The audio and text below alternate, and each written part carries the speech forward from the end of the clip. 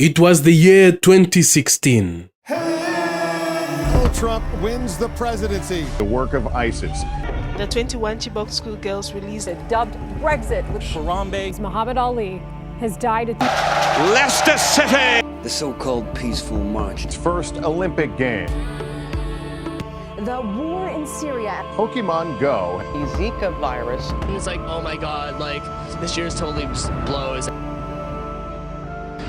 It's been a pretty crazy year. Sucked. Why? It was the worst. Perhaps I treated you too harshly. 2016 was also a very eventful year for the movie world. Movies like Ninja Turtles, Suicide Squad, X-Men Apocalypse, Captain America Civil War, and Batman v Superman were released. Back then, I was in college. I was obsessed with anything superhero or comic book related, so you can imagine how thrilled I was. I finally got to watch Batman v Superman, and it wasn't bad, but it could have been better in my opinion. What does that mean? Why did you say that name? Can we get out of here? But I'm not here to tell you how much I enjoyed the movie. One of the aspects that caught my attention was its religious tone. There were various times the characters would talk from a religious or a philosophical perspective that just raised my eyebrow. I mean, I came here to watch a movie about superheroes battling it out, and religion and faith was not what I expected. Anyways, I didn't think much of it afterwards. I went about my way, wondered what other superhero movies I could watch next. After a while, I came across a scene from the movie which led me to make this video. It made me go watch the movie again and find out if Batman was wrong about Jesus. Before I continue, please be warned that this video contains spoilers from the movies Man of Steel, Batman v Superman, and Justice League if you are bothered by that sort of stuff. For the rest of you, welcome to CrossFacts, people. Please be sure to like, share, and subscribe for more videos. Batman v Superman, Dawn of Justice is a DC movie about Batman and Superman. Couldn't say it better myself. It's inspired by a comic book series titled The Dark Knight Returns by Frank Miller. Following Superman's fight against Zod, which resulted in lives saved and lives lost, Superman became a controversial figure. Some people saw him as a god, and others, including Batman, saw him as a threat to humanity. After finding out that there's a 1% chance of controlling or even taking Superman's life, Batman decides to take that chance. That 1% chance is kryptonite. Now, kryptonite is a green crystallite material that came from Superman's homeworld, Krypton. Kryptonite weakens Kryptonians and can be fatal for them as well. Batman finds out that a large chunk of kryptonite is being transported to a genius, billionaire, playboy, philanthropist named Lex Luthor. Wait, hold on. Perfect. Batman hops onto the Batmobile and chases down Lex's henchmen to steal the kryptonite and use it against Superman. As he chases down the henchman, he turns a corner and runs into Superman. Well, more like accidentally bumps into him with the Batmobile and crashes into a wall. Superman wants him to stop. He tells Batman that the Bat is dead and buried. As Superman was about to go his way, Batman asks him a question. Do you bleed? This scene gave birth to an iconic quote. It showed that Batman was not afraid of Superman, a super being who could literally end Batman before he could move a muscle. What did Batman mean by that quote? What was he trying to say? You see, Superman was a being that's out of this world, literally. He came from a spaceship that landed on Earth and was raised by loving parents Jonathan and Martha Kent. With their love and guidance, Superman became the person that he is. Not only was he a powerful being that few could rival,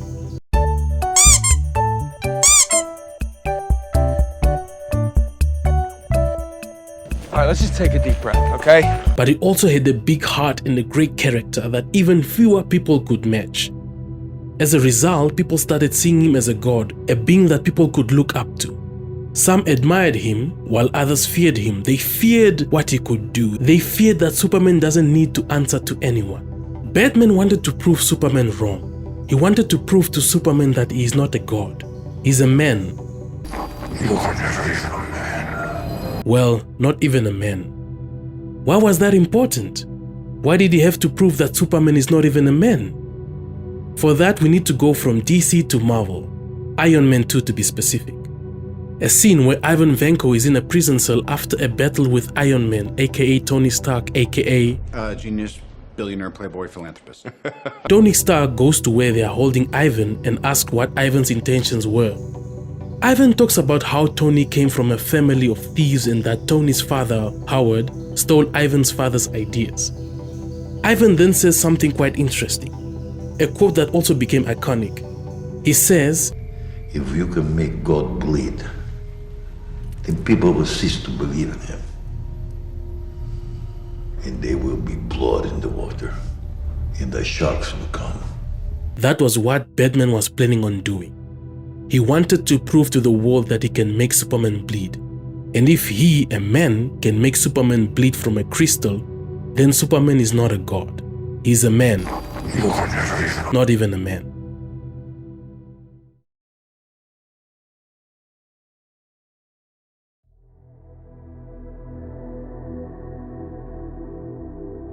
Now, what's the point of this? Where does Jesus fall in? As I said, this movie has a lot of religious imagery. Like this one, for example. This scene is similar to Michelangelo's painting, The Creation of Adam, where God gives life to man, but in this case, man gives life to a god. It's no secret that Superman is presented as a Jesus figure. The movies made him Christ-like, and even his name could be attributed to Jesus. Superman was created by Jewish people, by writer Jerry Siegel and artist Joe Shuster. I don't know if they were Christians, but Superman's name could be attributed to Jesus. Kal-El, the name Superman's biological parents gave him, means star child or child of the stars in the Kryptonian language. For many of us who have heard or watched the Christmas story, we see some similarities here. A star was used to signal Jesus' birth, a godly being that came to this world. The wise men followed the star and found Jesus. So essentially, Jesus could also be called a star child or child of the stars. Kal-El also means something in Hebrew. It means voice of God, which can also be attributed to Jesus. Jesus is the logos of God, the speech, the word that became flesh. Even the director of the movie, Zack Snyder, admitted that Superman was portrayed as Jesus. Allowing people to have a conversation about whatever relationship they have with Jesus or the Jesus story through the movie is, I think, undeniable in the material. And if you don't include it in the film, then you're really sort of denying the mythology that is Superman. So what Batman said to Superman, he might as well have said it to Jesus. It's obvious, but let me make this point clear. Superman is not Jesus, nor am I claiming that he is. Superman is flawed and Jesus has no flaw in him. There are just similarities between the two. Batman's actions and perspective are very similar to that of the priests. The only difference is that Batman dealt with a Jesus figure, not the actual Jesus. Superman, or Clark Kent, was raised in obscurity. He grew up in a small town called Smallville. He wasn't raised in a wealthy family. To the world, Superman was a nobody, until he saved the world from General Zod. All of a sudden, everyone was talking about him, and some even saw him as a god. For Batman, this was wrong. Just like Bruce, the priest had a similar viewpoint. Jesus came from nowhere. He was a nobody. He wasn't famous, nor was he wealthy. But all of a sudden, he started making waves. He started preaching the gospel, healed the sick, performed miracles that can't be explained. He was shifting their world, breaking down their system. But the worst thing that Jesus did in their eyes, above all else, was claim to be God and have the people worship him as one.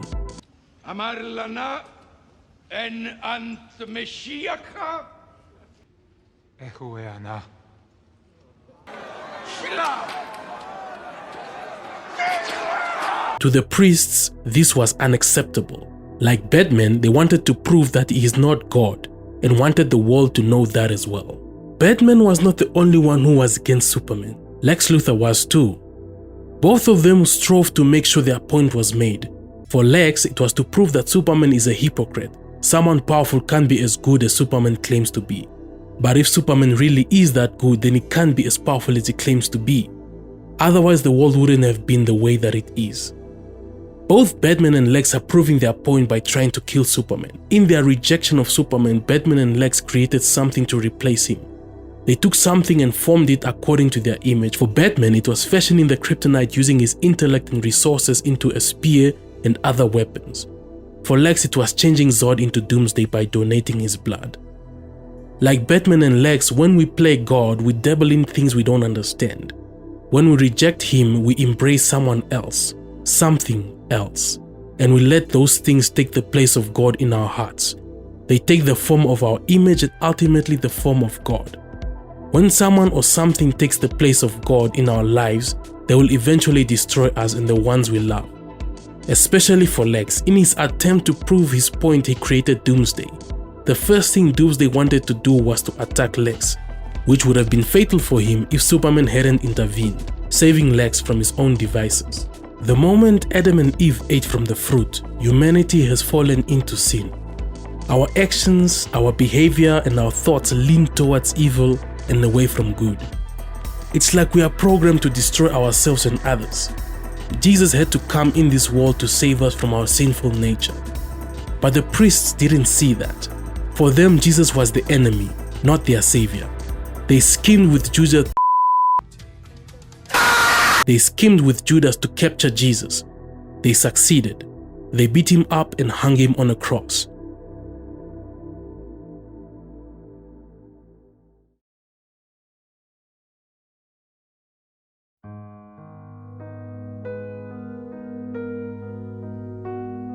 In Matthew chapter 27, the soldier at the cross realized that Jesus really is the Son of God.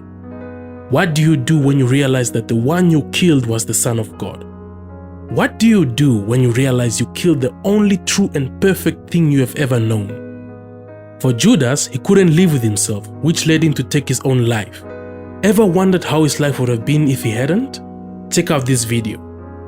Batman also felt the same way. He realized what he did and regretted it. Although he might not have directly killed Superman, he was in no way innocent of his death. His creation is what killed Superman. We may not have been there when Jesus was crucified.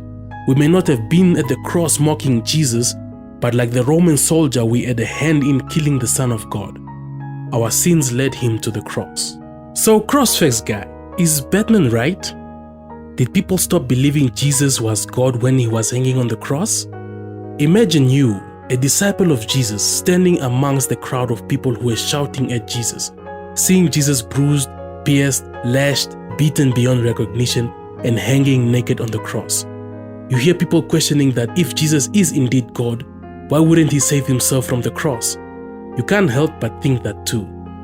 I mean, yes, you saw Jesus doing miracles, you saw him controlling the winds and waves and cursing trees just by speaking, but you can't help but doubt if Jesus is God. Batman made Superman bleed out of power and cunningness. It's not so with Jesus. It's not like we had a master plan or some kryptonite lying around to make him bleed. He did it voluntarily. He didn't have to, but he chose to do it for love, to save us from eternal damnation. As Christ was on the cross, he bled, and people stopped believing he was God. So yes, Batman was right. But only for about 3 days. You see, Ivan was right about one thing. Superman died. There was blood in the water, and the sharks have come. In the Justice League, Steppenwolf, son of Darkseid, became that shark. Seeing that the protector of the earth is no more, Steppenwolf comes onto the scene. Batman realizes that Superman's death may have meant a lot of things, but if the Kryptonian doesn't come back to life, then they are doomed. This is the only way. There are 6, not 5. There's no us without him. If Superman does not come back to life, then everything that was done was in vain. If Jesus' story ended with his death, it would prove that Jesus is not God. Christianity wouldn't have made sense at all. Yes, it was a good thing for Jesus to die for us, but we would have still been doomed if he did not come back to life. However, he is risen, proving that what he said is true. We did make God bleed, but because of that, even more people believed in him. Because of that, Christianity has spread all over the world. His sacrifice has made people better. His resurrection has changed people's lives. This video is proof of that.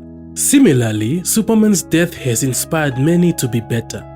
He in some way lives on in their hearts, from the citizens to the superheroes as well. Even Batman became better. At the beginning of the movie, Batman accuses Superman of not answering to anyone. But Batman himself is a vigilante with no regard for people's lives. He would constantly blur the lines between justice and vengeance. Yes, those people were criminals, but he put the law in his hands without due process, turning himself into a criminal as well. We're criminals, Alfred. We've always been criminals. Nothing's changed. Batman had this thing of branding criminals with the symbol of a bat. When a person happens to be branded and ends up in prison, their days are numbered. The brand is like a death sentence to whoever is having it. Batman was judge, jury, and executioner, something the priests were also guilty of. In their pursuit of proving Jesus to be a blasphemer, they became blasphemers. Realizing the error of his ways, Batman learned to stop taking people's lives in his own hands. Batman's no-kill rule came into effect at the end of the movie. Lex was captured for the crimes that he has committed and was admitted in prison. Batman pays him a visit. He almost branded Lex, almost placing a death sentence on Lex. But because of the effect Superman had on him, he portrays the same mercy that Superman had. But CrossFacts guy, Batman killed the parademons in the Justice League. Not really. Parademons are not alive. They have no free will. They live to carry out their master's will. Batman went from a guy who would only operate with reason, with what his senses could detect, to a man who fully relies on faith, something that he isn't known for. Alfred, for once, I'm operating strictly on faith, not on reason. What makes you so sure? Faith, Alfred. Faith. After witnessing Jesus' resurrection and the rise of Christianity, one can't help but wonder why the Pharisees didn't accept Jesus as the Son of God. They could have come out and say, "Okay guys, you were right, we were wrong, Jesus is God. Let's forgive and forget, okay? Mistakes were made, lessons were learned from both sides. And please stop saying I told you so, Nicodemus." But here's the thing. To accept that Jesus is right means to accept that you are wrong. It means that everything you stood and fought for was a lie. I was wrong about everything, and I'm so sorry. It means that you have to submit to God and obey every commandment that He gives. It means that you have to change your life and live in such a way that is pleasing to Him. And that's difficult. Batman reminds me of Paul. They were so sure of their beliefs, but when the truth struck them, they were not afraid to admit they were wrong and change their lifestyle. They were leading the movement against the opposition and now have joined the opposition and spearheaded it. Lex, however, was like some of the Pharisees. Even when the truth was presented in front of them, they clung further into their beliefs, hypnotizing themselves with their own lies to make them feel good about themselves. The truth has been presented in front of you. I'm not talking about Superman. He is not Jesus. Superman's death does not affect the destination of your soul. But Jesus' death has made it possible for you to be saved from eternal death. But for that, you need to be born again. What are you gonna do with the truth? Will you be like Paul or like the priests? For those who want to give their life to Christ, please click the link in the description. Thank you so much for watching.